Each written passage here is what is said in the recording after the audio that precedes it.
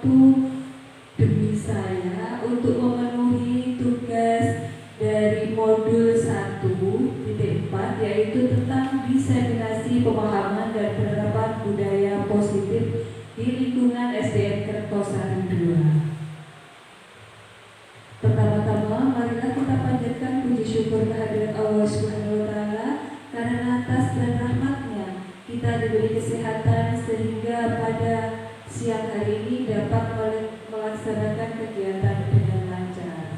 Yang kedua kalinya yaitu sholawat dan salam tetap tercurahkan kepada junjungan kita Nabi besar Muhammad SAW yang menuntun kita ke jalan yang benar.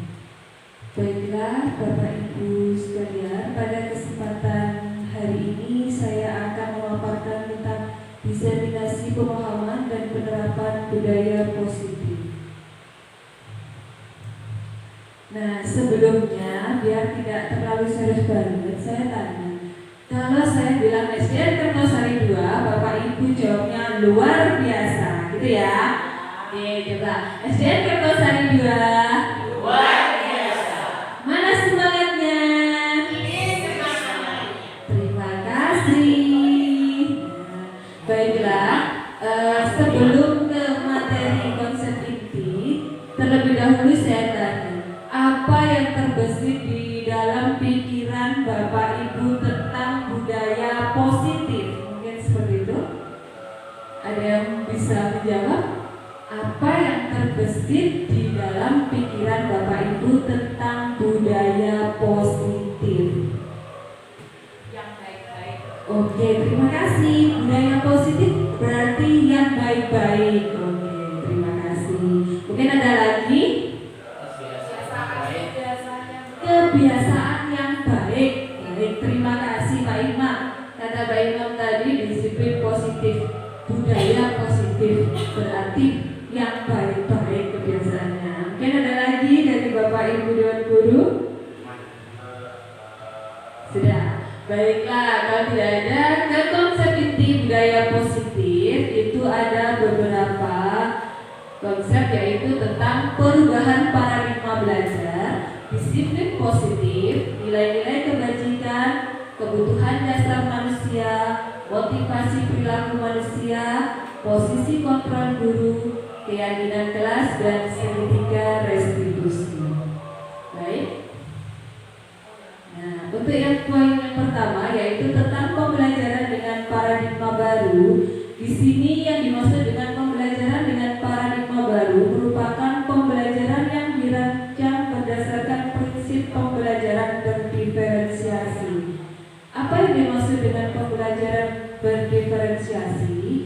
Yaitu pembelajaran yang kita sesuaikan dengan kebutuhan peserta didik untuk mewujudkan profil pelajar Pancasila.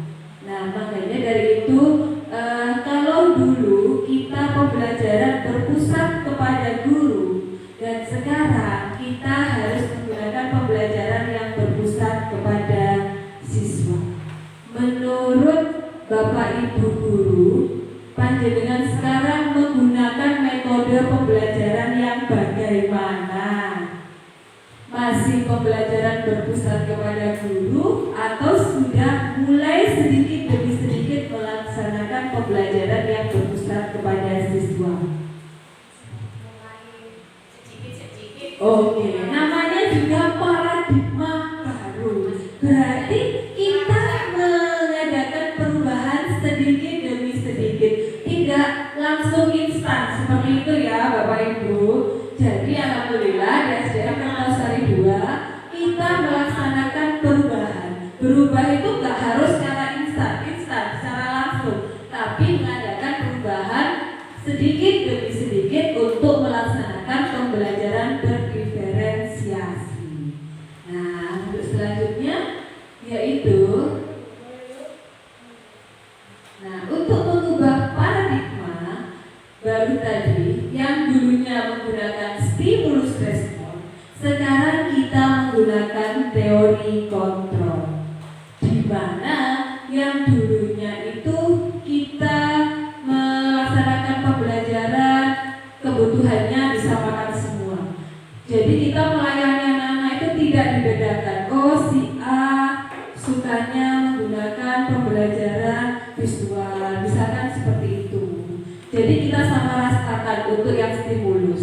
Tapi sekarang kita harus bisa melaksanakan pembelajaran sesuai dengan kebutuhan siswa. Itu yang dinamakan pembelajaran berdiferensiasi tadi. Nah, selanjutnya untuk yang kedua, saya ambil di poin orang lain bisa mengontrol saya. Misalkan kita sebagai tenaga pendidik, apa yang kita mau kita terapkan di anak-anak, gitu. Tapi itu tidak boleh. Jadi biarkan anak tersebut memiliki motivasi dari dirinya sendiri, seperti itu. Jadi tidak boleh siswa misalkan menuruti apa yang kita mau. Biasanya kita seperti itu ya Bapak Ibu. Sekarang tidak. Kita sebagai pengontrol ya harus bisa mengarahkan anak menjadi lebih baik. Seperti itu. Kita hanya bisa mengontrol diri kita sendiri. Siapa yang bisa mengontrol? Ya kita sendiri, seperti itu. Lanjut, untuk model berpikir menang kalah yang dulu di stimulus responnya, model berpikir kita menang kalah. Jadi apa yang kita mau kepada murid kita, itu yang harus mereka laksanakan.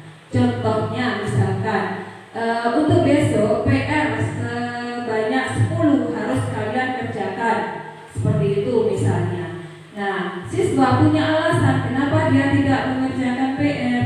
Jadi kita sebagai tenaga pendidik harus bisa mengontrol siswa tersebut. Oh, kenapa dia tidak bisa mengerjakan PR? Pasti ada alasannya. Ya, jadi kita sebagai tenaga pendidik gak boleh pengen menang sendiri, seperti itu. Yang di teori kontrolnya kita menggunakan model berpikir menang-menang. Ini yang namanya win-win solution. Ya. Jadi kita sebagai tenaga pendidik dan murid kita harus bisa kita layani dengan baik, seperti itu Bapak Ibu. Nah, dari teori kontrol tadi itu ada miskonsepsinya. Miskonsepsi tentang teori kontrol tadi bahwa ilusi orang dewasa berhak memaksa. Di situ tadi kita sebagai tenaga pendidik tidak boleh memaksakan kehendak kita sesuai dengan keinginan kita. Kita harus bisa mengikuti anak-anak sesuai dengan filosofi Ki Hajar Dewantara bahwa tugas seorang guru adalah menuntut bukan menuntut. Ya, kita sebagai teladan yang baik buat anak-anak. Jadi anak-anak jangan pernah dipaksa. Biarkan mereka memiliki motivasi intrinsik dalam dirinya sendiri untuk melakukan sesuatu. Seperti itu. Baik, saya lanjutkan. Nah, tadi kita belajar tentang budaya positif, di mana salah satu konsep intinya ada disiplin positif. Apa yang kita kenal dengan kata disiplin?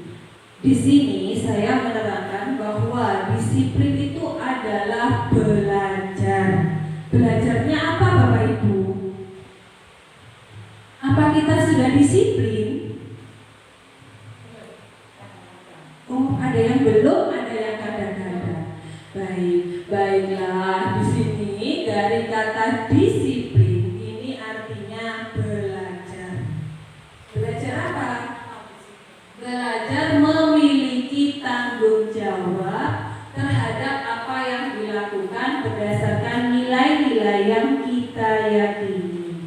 Contohnya misalkan kita ditugaskan oleh ibu kepala sekolah bahwa kalau liburan kita harus melaksanakan tugas piket, misalkan seperti itu. Nah, sebagai di sini ada dua, misalkan salah satu cara penerapan disiplin positif tadi bertujuan untuk menumbuhkan kesadaran serta memberdayakan untuk mendapatkan imbalan. Ini bukan lagi contoh ke peserta didik, tapi contohnya ke guru. Nah, pada waktu kita libur tadi, jika tidak timbul dari diri kita sendiri, maka namanya kita belum melaksanakan disiplin dari diri kita sendiri, yaitu disiplin intrinsik. Apakah Bapak Ibu kalau disuruh piket pada waktu liburan merasa terpaksa? Ada yang merasa seperti itu Bapak Ibu? Oh, insya Allah tidak. Berarti Bu Iin tadi sudah memiliki nilai intrinsik dari dirinya sendiri. Nah, bukan karena untuk mendapatkan reward dari ibu kepala sekolah, kita melaksanakan semuanya timbul dari diri kita sendiri. Nah, tujuannya kita sebagai pendidik yaitu menciptakan peserta didik yang memiliki disiplin diri sehingga mereka berperilaku mengacu kepada nilai-nilai kebajikan universal dan memiliki motivasi intrinsik dalam perubahan-perubahan perilaku ke arah yang lebih baik. Ini tadi sudah kita mulai dari kita sendiri dulu, baru kita terapkan di lembaga kita kepada anak didik kita. Ngoten nggih Bapak Ibu?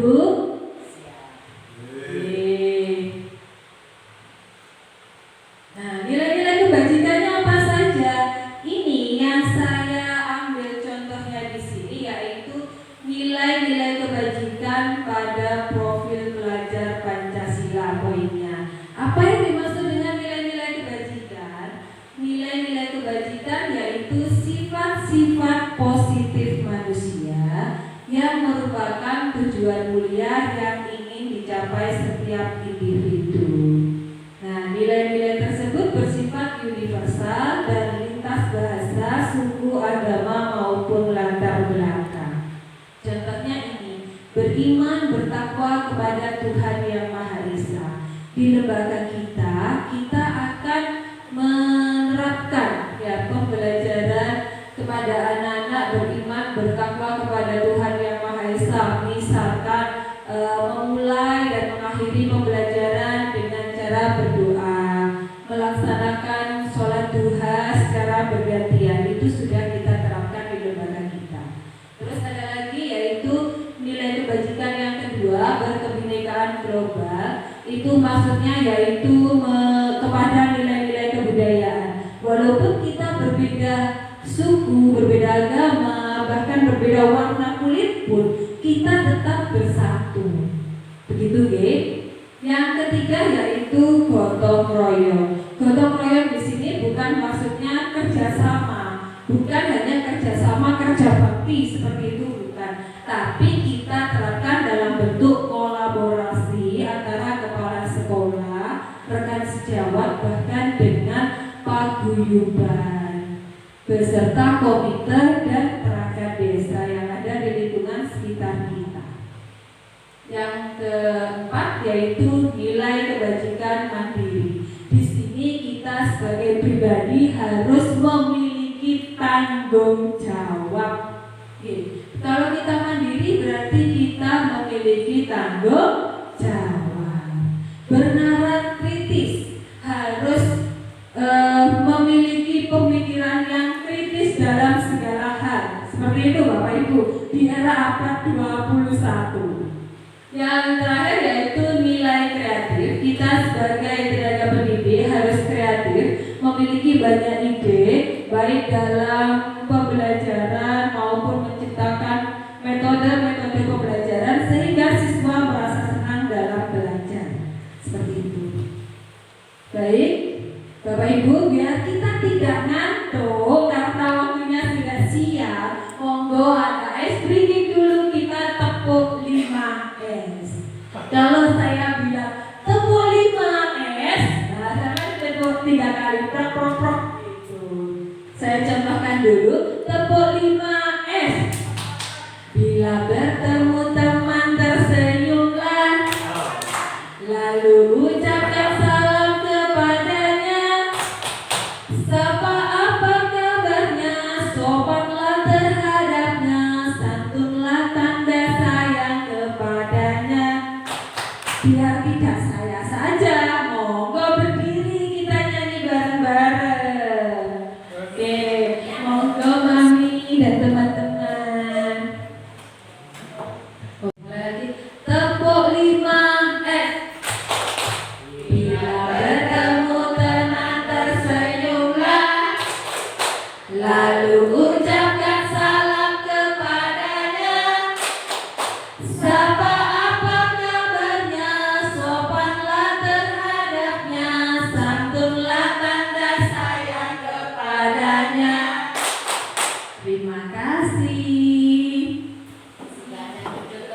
Berarti silakan duduk kembali. Berarti mulai besok kita tepuknya 5R. Harus tersenyum. Walaupun kita banyak tugas tetap tersenyum. Baik. Dari sana tadi itu termasuk kita bernyanyi termasuk kebutuhan dasar manusia dari sini nantinya. Nah, apa yang dimaksud dengan kebutuhan dasar manusia? Di sini saya jelaskan bahwa seluruh tindakan manusia memiliki tujuan tertentu. Semua yang kita lakukan adalah usaha terbaik kita untuk mendapatkan apa yang kita inginkan. Ketika kita mendapatkan apa yang kita inginkan, semua yang kita lakukan memiliki tujuan tertentu, yaitu untuk memenuhi kebutuhan dasar. Apa saja kebutuhan dasar kita? Satu, untuk bertahan hidup. Bagaimanakah caranya kita bertahan hidup? Nah, dalam istilah Jawa itu kalau disebut sandang, pangan, dan papan, begitu nggih. Bertahan hidup itu kita sehat. Nah, nomor satu sehat dulu. Nah, kalau kita sehat, kita bisa bikin rumah. Nggih napa boten Bapak Ibu? Nah, kalau kita bisa bikin rumah dalam keadaan sehat, punya rumah, punya pekerjaan, kita bisa membeli pakaian dan makanan yang kita inginkan. Nah, nomor satu berarti bertahan hidup, poinnya di mana ini Bapak Ibu? Sehat dulu. Nah, kalau sudah bisa bertahan hidup, yaitu kebutuhan yang selanjutnya yaitu kasih sayang dan rasa diterima. Kebutuhan untuk memberi dan menerima kasih sayang, kebutuhan akan hubungan dan koneksi sosial. Nah, di sini kasih sayang dan rasa diterima saya contohkan misalnya kepada anak-anak. Kadang anak-anak itu ada anak yang kurang perhatian di rumah. Di sini tingkahnya itu cari perhatian kepada kita. Ada guys, di setiap kelasnya pasti ada seperti itu. Nah, kita telusuri dulu latar belakangnya. Kenapa anak ini bisa seperti itu? Nah, padahal kalau kita sudah menelusuri dari latar belakang anak tersebut biasanya membutuhkan kasih sayang dan rasa ingin diterima. Kalau anak-anak sudah kita perhatikan dan kita sayang, insya Allah anak-anak bisa mengikuti pembelajaran dengan baik. Gitu. Saya lanjutkan. Untuk kebutuhan dasar manusia yang ketiga yaitu penguasaan. Menjadi orang yang kompeten, terampil, diakui, didengarkan, dan memiliki rasa harga diri yang tinggi. Saya teruskan. Yang keempat yaitu kebebasan. Di sini kita juga pasti dong ingin bebas. Ada poin kemandirian, otonomi, memiliki pilihan, dan mampu mengendalikan arah hidup seseorang. Jadi kalau sudah merasa bebas, jangan terbang terlalu tinggi, harus memiliki kemandirian. Baik, selanjutnya yaitu kesenangan. Siapa di antara Bapak Ibu yang tidak mau senang? Nah, pasti semuanya ingin memiliki kebutuhan dasar kesenangan. Kalau saya di Lokakarya kemarin, saya jawab yang ini dulu. Yang penting saya senang, gitu. Mencari kesenangan bermain dan tertawa. Seperti tadi kita bernyanyi, kita sudah merasa senang.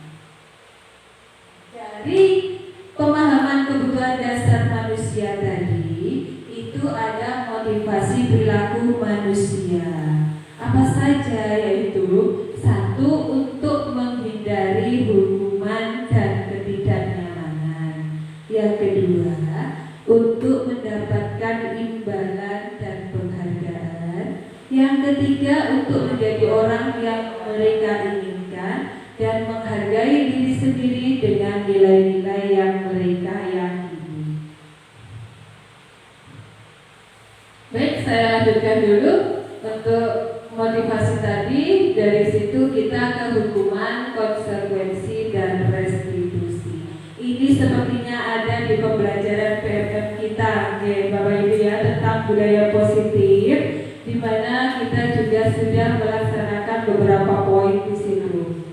Untuk hukuman, di situ bersifat satu arah dari pihak guru yang memberikan, dan murid hanya menerima hukuman tanpa melalui suatu kesepakatan.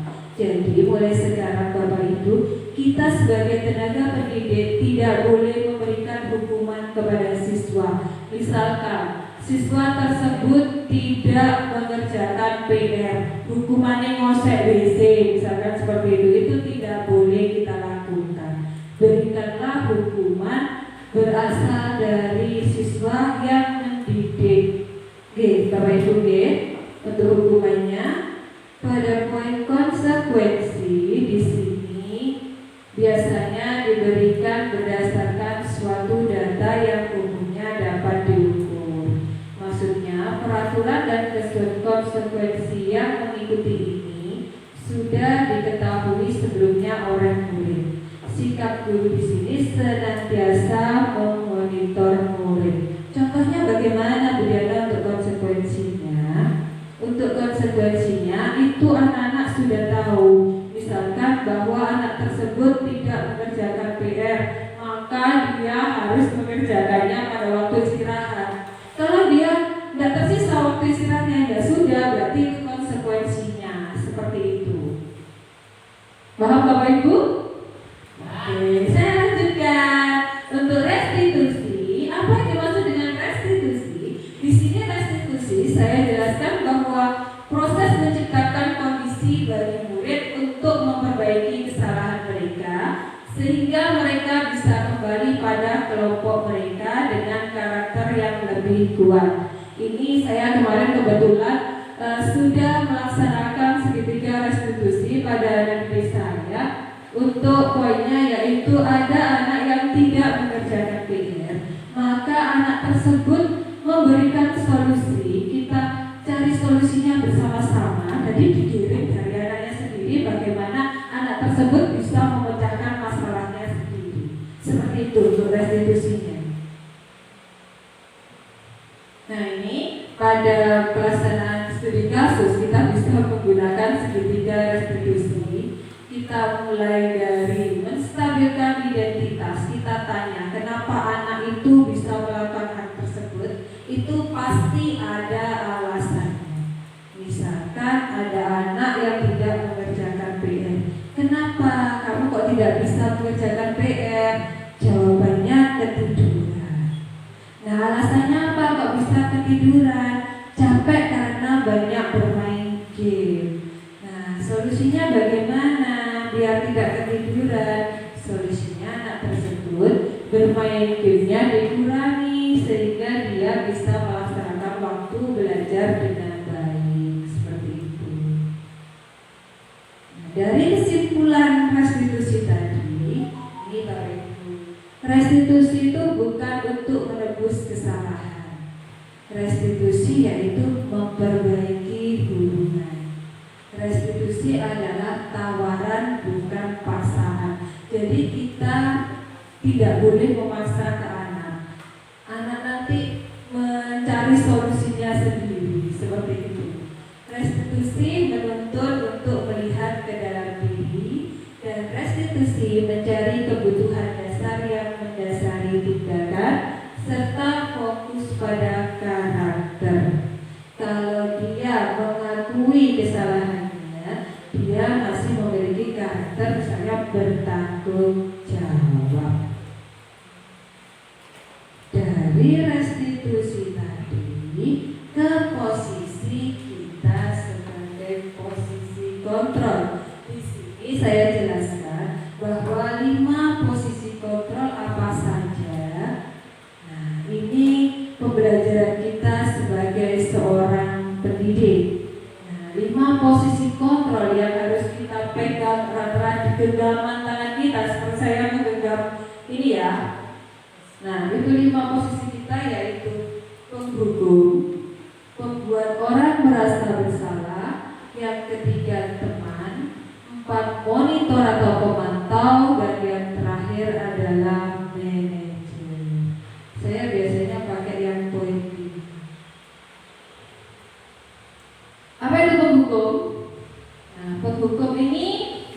menggunakan hukuman fisik maupun verbal.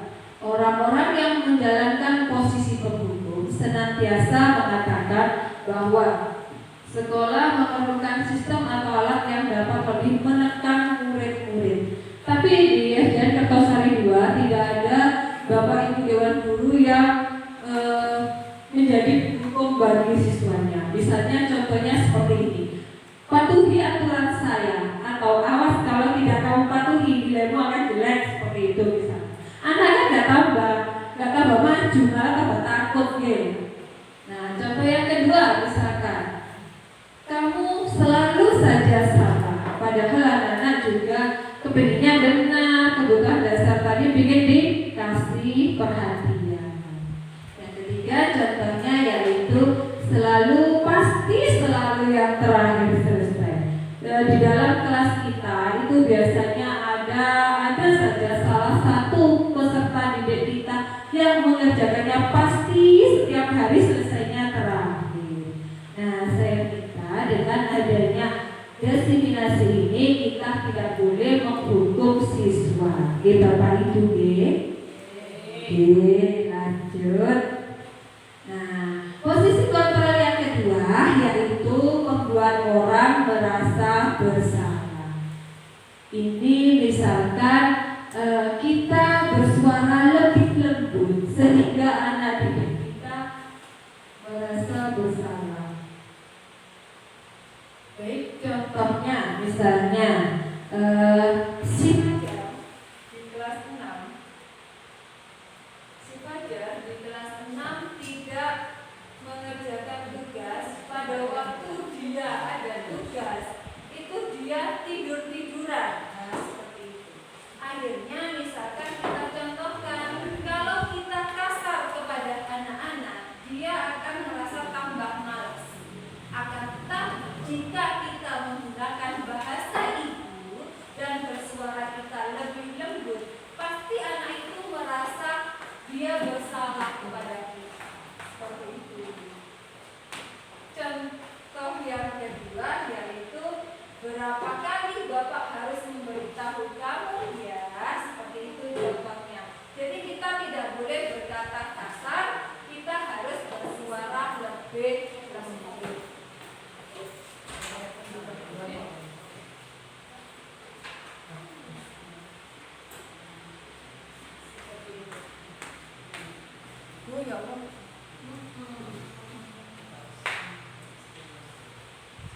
Baik, saya lanjutkan.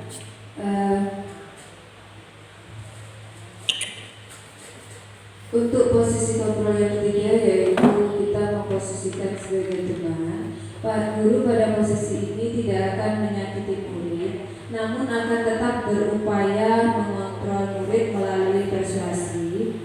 Posisi teman pada guru bisa negatif ataupun positif. Misalkan di sini saya contohkan, kita sebagai teman, ayo bantulah demi bapak ya, gitu. Kalau yang perempuan berarti ayo bantulah demi ibu ya, seperti itu. Jadi kita nggak boleh berkata kasar. Yang kedua yaitu ayo ingat tidak bantuan bapak selama ini, misalkan seperti itu. Jadi anak disuruh mengingat. Itu positif apa negatif menurut bapak ibu ya? Oke, lanjut. Yang ketiga yaitu ya sudah, kali ini tidak apa-apa, nanti ibu bantu bereskan. Itu di posisi kontrol sebagai teman.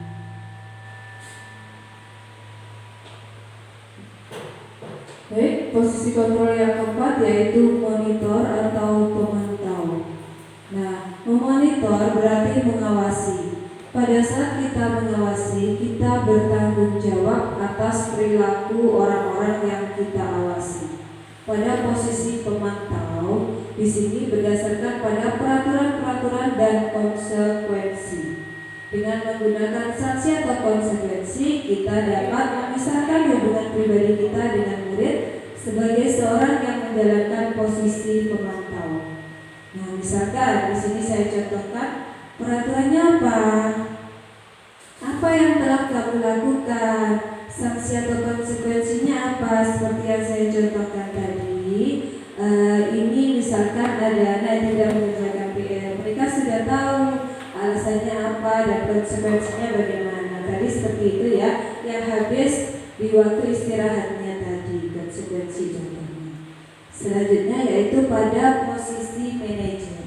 Di sini posisi manajer di mana guru berbuat sesuatu bersama dengan murid, mempersilahkan murid, mempertanggungjawabkan perilakunya, mendukung murid agar dapat menemukan solusi atas permasalahannya sendiri. Seorang manajer telah memiliki keterampilan di posisi teman maupun pemantau, dan dengan demikian bisa jadi di waktu-waktu tertentu kembali kepada kedua posisi tersebut bila diperlukan.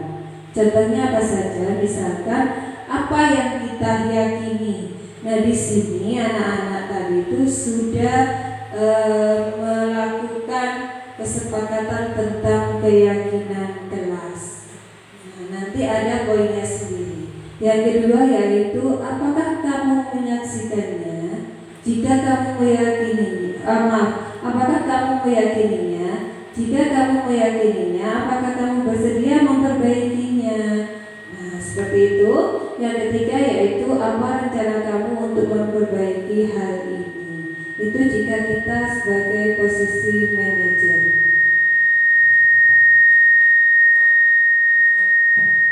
Nah, dari manajer tadi kita membentuk keyakinan kelas. Nah, sekarang saya tanya, apakah di kelas Bapak Ibu sudah ada keyakinan kelas? Oh, sudah. Apakah ada yang belum? Keyakinan kelas belum kita terapkan di kelas kita? Sudah semua, saya rasa di SDN Kertosari 2 sudah ada keyakinan di setiap kelasnya masing-masing. Nah, keyakinan kelas ini bersifat abstrak daripada peraturan yang berrinci dan konkret. Keyakinan kelas berupa pernyataan-pernyataan universal. Jadi keyakinan kelas di sini itu dibuat dalam bentuk positif. Misalnya keyakinan di kelas kita dilarang membuang sampah sembarangan, itu tidak boleh. Itu kan masih ada kata dilarang, berarti kan negatif. Kita ganti membuang sampah pada tempatnya, seperti itu misalkan. Jadi dilarang, apalagi misalkan Bapak Ibu, kenapa Bu Rini? Tidak boleh berkelahi misalnya. Berarti positifnya apa? Harus saling menghargai dan menghormati, seperti itu. Baik, saya lanjutkan. Untuk keyakinan kelas hendaknya tidak terlalu banyak sehingga mudah diingat dan dipahami oleh semua warga kelas. Jadi misalnya yang kalimat yang terlalu banyak ini murid kita malah bingung nantinya, tidak bisa mengingat apa keyakinan kelas di kelas kita yang sudah kita sepakati bersama. Yang keempat yaitu keyakinan kelas sebaiknya sesuatu yang dapat diterapkan di lingkungan tersebut. Kalau misalnya kita menerapkan dilarang merokok, itu kan bukan keyakinan di kelas kita, di tempat umum ya, yang sesuai dengan kondisi peserta didik kita di dalam kelas, seperti itu. Lanjut, semua warga kelas hendaknya ikut berkontribusi dalam pembuatan keyakinan kelas lewat kegiatan curah pendapat. Jadi kita pada waktu membuat keyakinan kelas itu setiap peserta didik boleh mengeluarkan pendapatnya, dan nanti hasilnya kita sepakati bersama dalam bentuk kalimat positif. Begitu ya Bapak Ibu ya. Nah, bersedia meninjau kembali keyakinan kelas dari waktu ke waktu. Jadi kita buat keyakinan misalnya berlaku selama 1 semester. Di semester 2 kita boleh melaksanakan keyakinan kelas lagi sesuai dengan kondisi kelas kita masing-masing. Baiklah Bapak Ibu, dari keyakinan kelas ini ada poin yang terakhir. Apakah ada tanggapan tentang budaya positif yang ada di lingkungan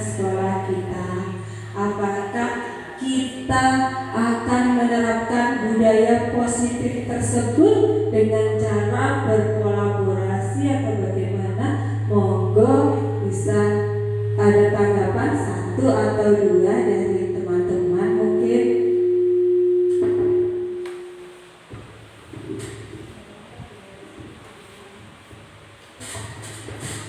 Ya, mungkin ada dari Bu Riri, mungkin apa yang akan kita terapkan misalnya, oh kita menerapkan budaya 5S tadi, oh nggak apa-apa.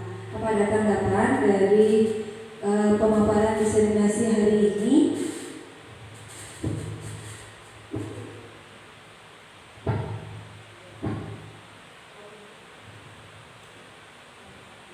Oke, mungkin ada. Oke, dari Bu Riri, ya. Terima kasih untuk waktunya. Berarti untuk mungkin tanggapan dari saya, berarti materi yang sudah disampaikan ini akan kita laksanakan di kelas karena menurut saya itu bagus. Jadi seperti yang tadi tepuk 5S. Nah, tepuk 5S jadi membelajarkan ke anak-anak bahwa kalau kita bertemu dengan teman harus tersenyum, menyapa, sopan dengan bu guru, gitu ya.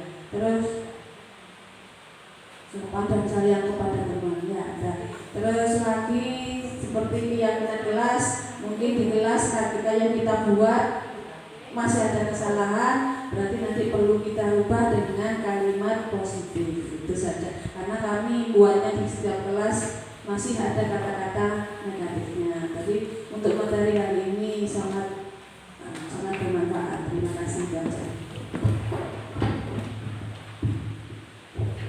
Baik, terima kasih. Mungkin ada tanggapan dari guru kepala sekolah atau teman-teman yang lain, monggo.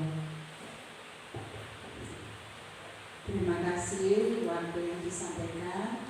Dari pemaparan tadi sudah cukup jelas dan perlu kita terapkan untuk budaya positif ini secara konkretnya, yaitu tetap satu teladan terletak pada guru, pada pribadi kita di dalam kelas.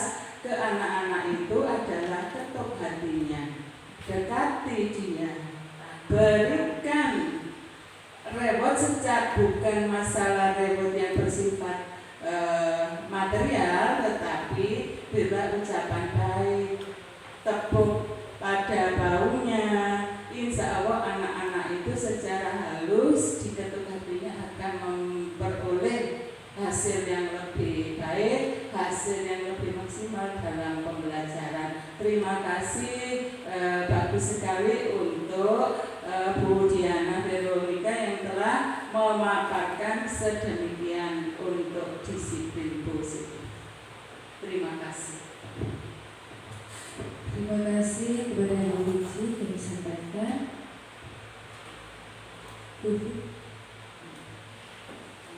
Baiklah Bapak Ibu, demikian pemaparan tentang diseminasi budaya positif pada modul 1.4 Pendidikan Guru Penggerak Angkatan 11. Untuk itu sebelum kita akhiri, mari kita joget dulu biar tambah heboh kita di siang hari ini. Monggo Bapak Ibu silakan berdiri. Nah, kita diputar-putar gitu nanti ya. Di mana ya enaknya? Kalau menurut saya hadap ke kamera itu lebih heboh lagi. Coba kita putar balik, saya di belakang berarti ya. Moga hadap ke kamera, kita putar-putar. Sini, monggo. Belum hafal. Mas Mamat silakan masuk, monggo.